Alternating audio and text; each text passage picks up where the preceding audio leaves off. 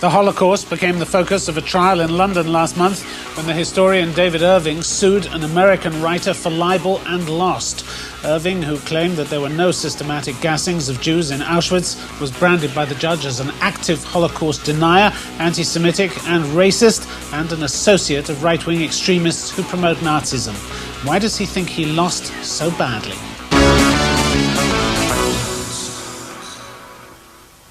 David Irving, welcome to the programme. Yes, hello. In the introduction to the new edition of Hitler's War, you quote what you call a scornful adage, and you say, "To historians is granted a talent that even the gods are denied to alter what has already happened." Was that you giving the game away and telling us exactly what you've been doing in history since 1988? I'd add a category to that. Not only historians can do it, but apparently lawyers can also do it. But you did it in this case, according to the judge, didn't you? No, I don't agree, and I had to be careful what I say about in commenting on the trial because we're going to go to appeal on this. So I had to be careful not to try and second-guess the judge. Well, the record of the judge already stands, what he said, doesn't yes. he?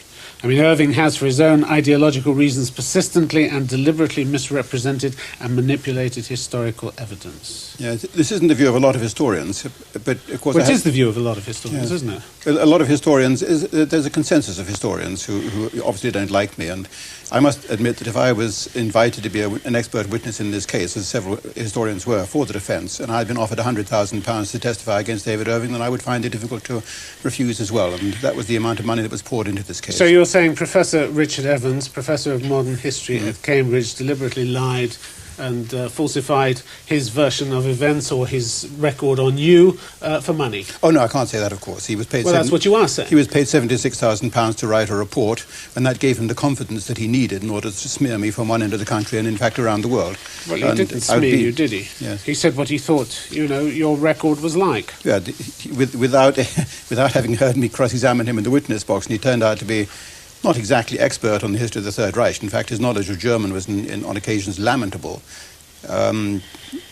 I was astonished that a person of his qualifications can rise to be a professor of history at Cambridge. He was astonished by you. He said he wasn't prepared for the sheer depth of duplicity in your treatment of sources. I wouldn't trust him about what he said Hitler had for breakfast. Yes, he wouldn't throw me as far as he would throw a grand piano either. Well, he's not alone in that, is he? But if you read the judge's verdict, you'll see the judge also says, I don't agree with a lot of the negative things that Evans in particular has had to say about Mr. Irving. Pity the judge wasn't specific about what he didn't agree with. Well, you still lost, didn't he? He still found against you, whatever nice things the judge may have said as well. He certainly didn't retract the other things. He said for the same reason he's portrayed Hitler in an unwarrantedly favourable light, particularly in relation to his attitude towards responsibility for the treatment of the Jews, misinterpreting and mistranslating documents. I think when we come to misinterpreting and mistranslating documents, the Court of Appeal will have something to say about the judge in this case. I have to be very careful what I say here. And if it doesn't? Then of course, I go down in flames. Judgment stands? Then I crash in flames. We already have, haven't you? We're crashing in flames, but you've got to realise I was a lone litigant in this case, facing people who had poured about £10 million into defending the action that I had brought. Into finding out the truth. If the truth was there in the archives, hidden for the last 55 years, it shouldn't have taken £10 million to prove me wrong. And at the end of the day, the judge was rather scratching his head in his judgment. The judge says, I had always assumed that there was the evidence that Auschwitz had gas chambers, and I was surprised to find that there wasn't until this case came along.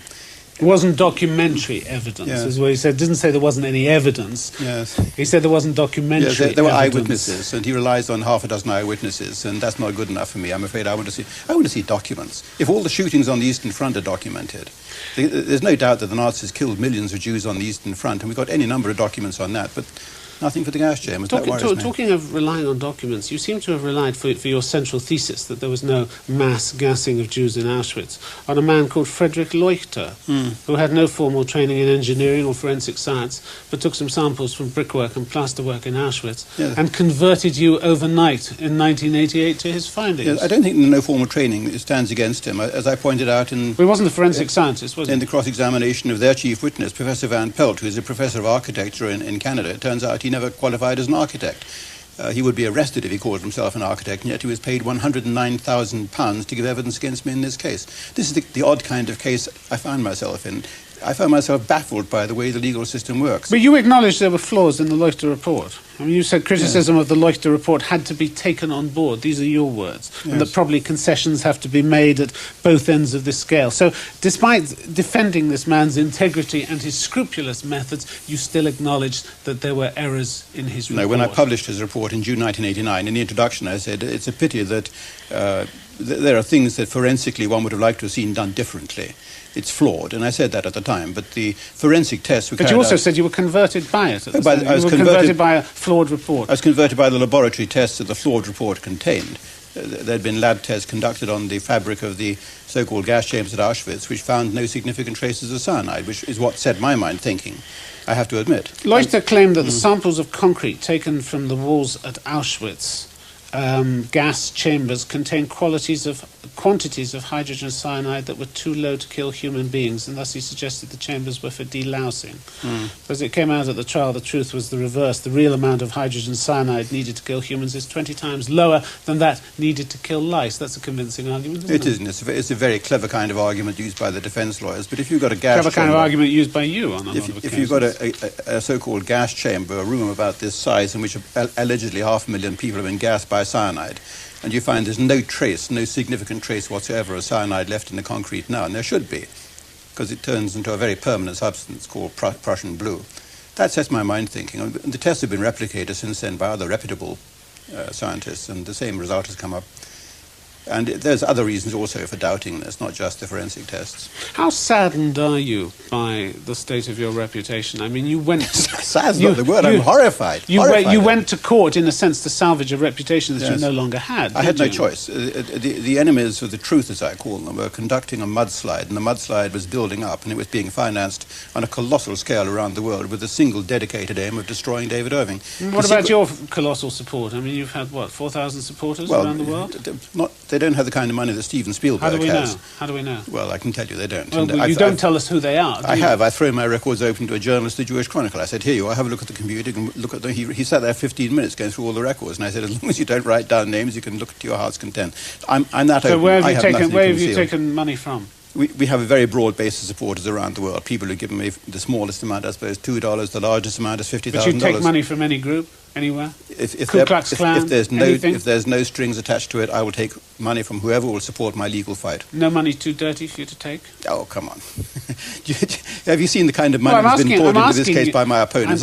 I'm asking you the kind of money that you would take. This is a really dirty fight being fought against me. This is money being fought Why is it by a dirty fight? by the big money. They would say that you distorted the truth. We've only just found out, after the case was over, how much money was paid to the witnesses. We've only just found out, after the trial was over, where the money came from. And paying expert witnesses isn't unique to this trial, is it? I'm sad to hear it. I'm sad to hear this. I didn't pay my witnesses a penny. They spoke because they spoke from their expertise. They spoke from their knowledge as professors and as historians. So you see this as a giant conspiracy, and a Jewish conspiracy against Irving. I'm sorry to say that this is... Poor Irving, David against Goliath. Yes, for the last, I suppose, 20 years, the various bodies, it's not the Jews as such, it's just certain self-appointed leaders of the Jewish community, who quite demonstrably, because we have the documents, they were in court. They weren't relevant. The judge quite rightly said, these aren't relevant to the case, Mr. Irving. But I put them in just because I wanted the world to know what I've been up against for the last 20 years. You've enjoyed the publicity attendant with this case?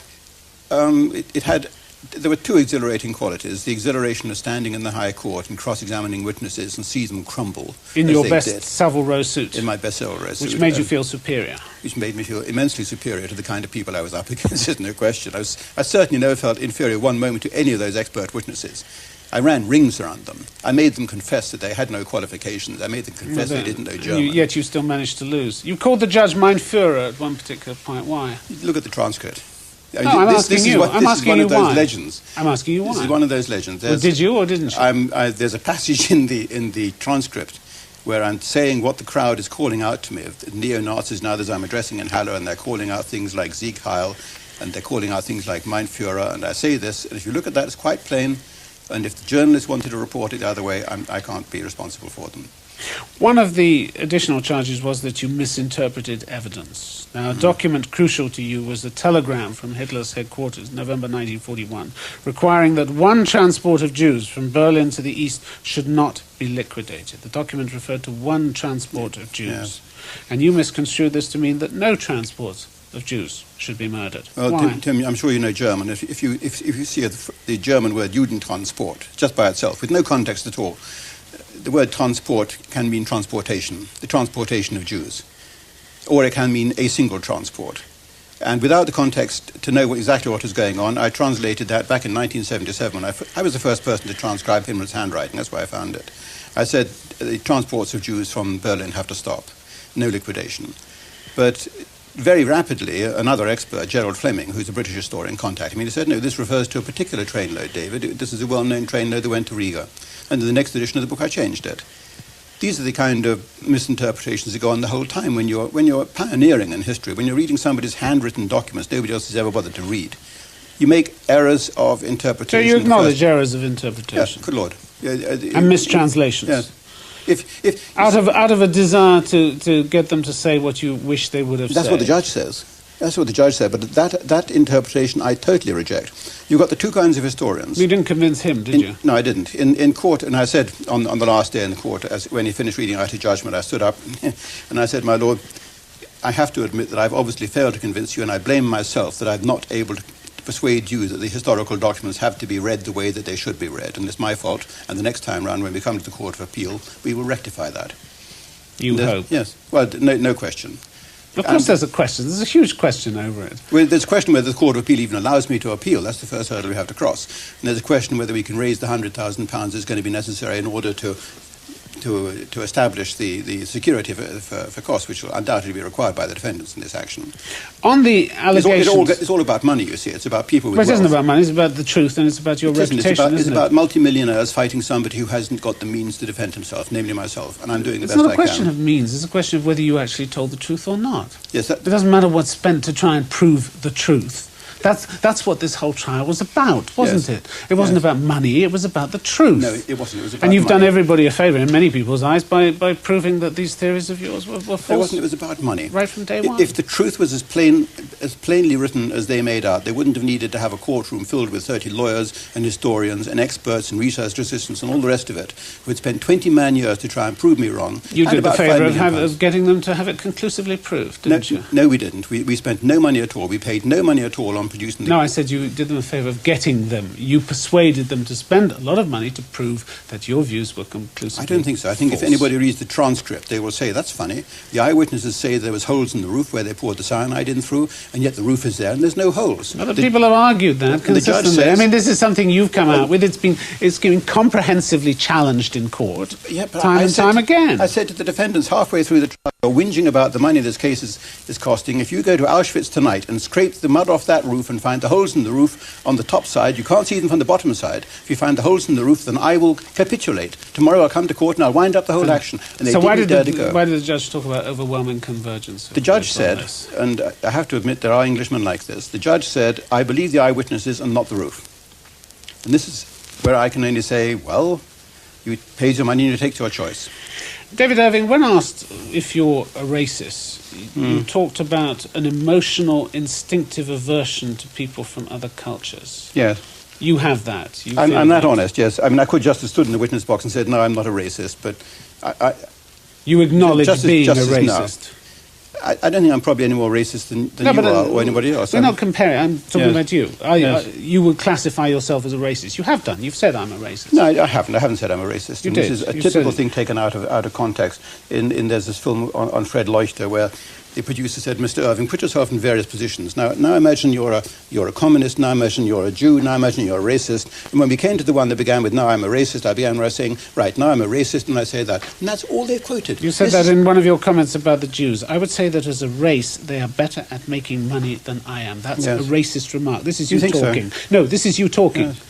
That's a racist remark. If I was going to be crude, I would say that not only are they better at making money, but they are greedy. Yeah. So you write off the whole Jewish nation as greedy. You don't think that's a racist comment? That's my perception of them. But that is a racist comment, isn't it? I don't think so. It's a perception of the way the Jews are and the way that I see them in the newspapers.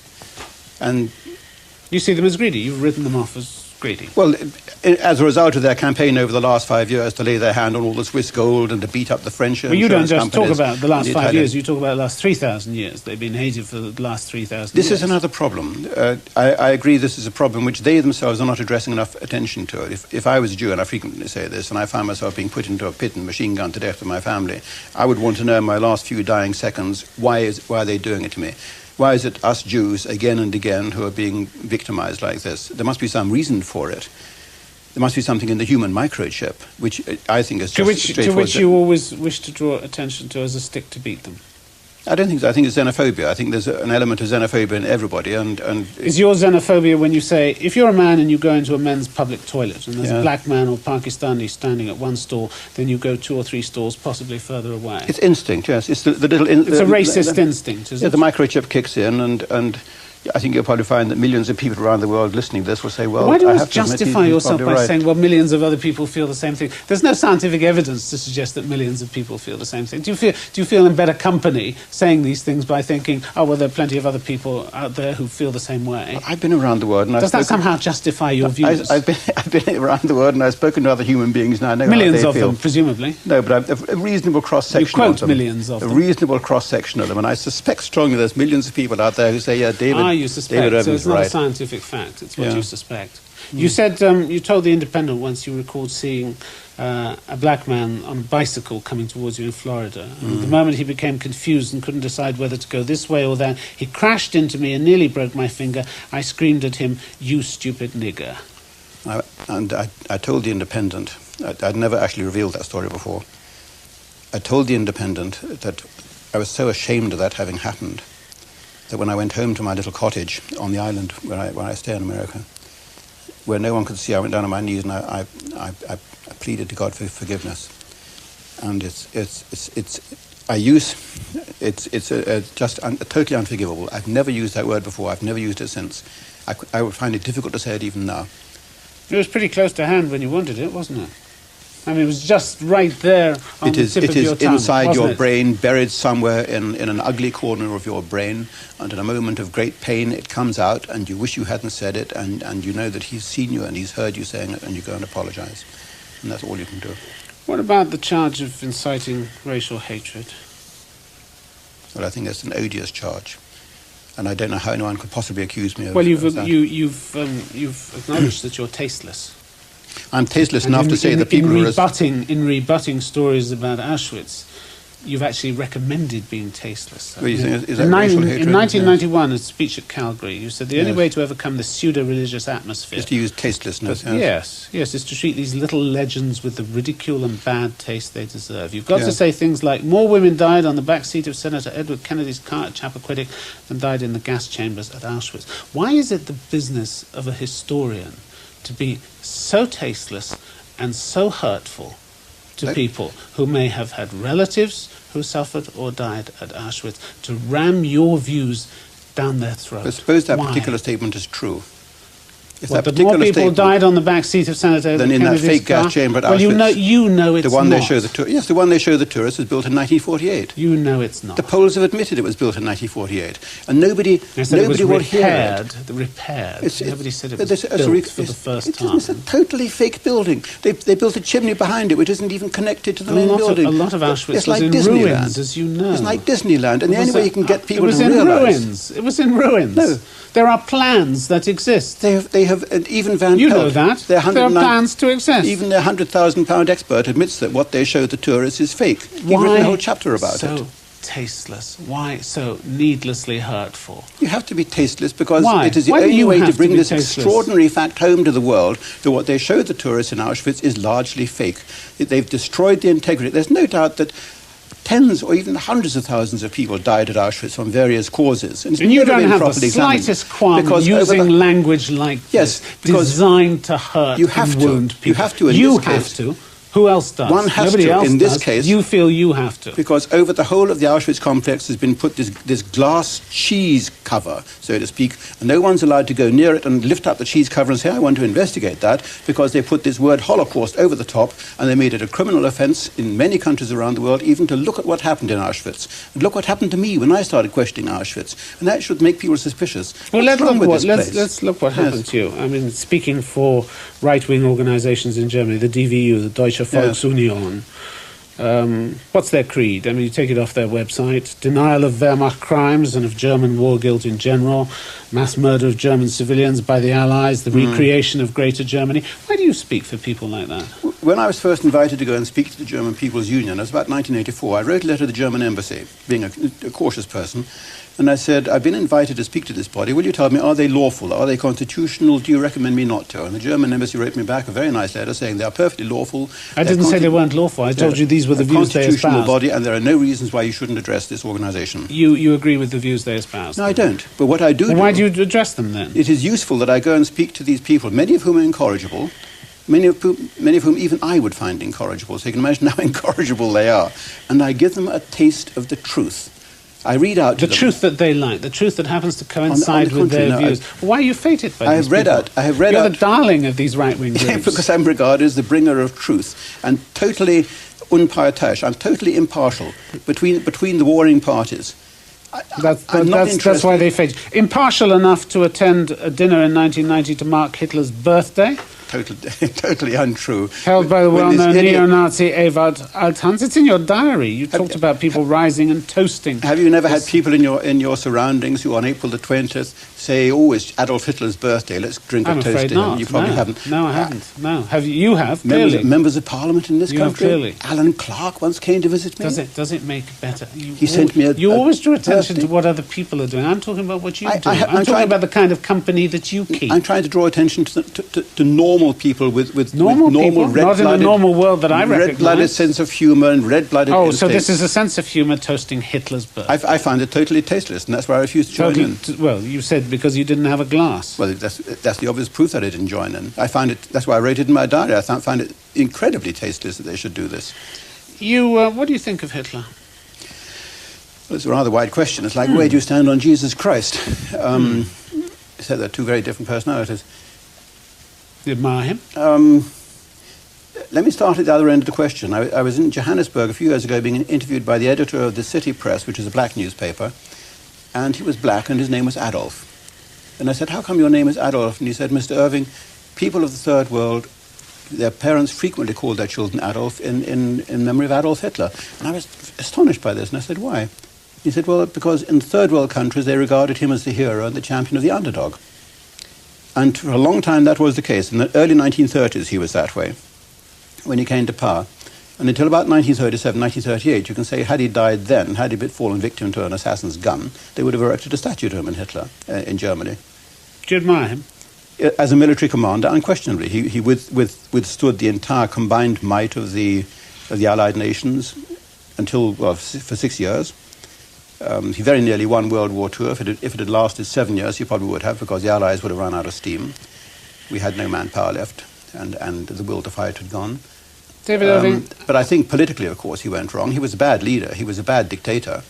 He allowed things at home to go to rot while he ran the war, and you can't do that. That's the basic problem with all dictatorships. How saddened are you by the fact that various members of your family have rejected your views? This is what the newspapers say. It's totally untrue. Well, they quote your daughter Paloma, for instance, saying, I'm completely opposed to his beliefs in terms of women. That's another issue. What he says is a joke.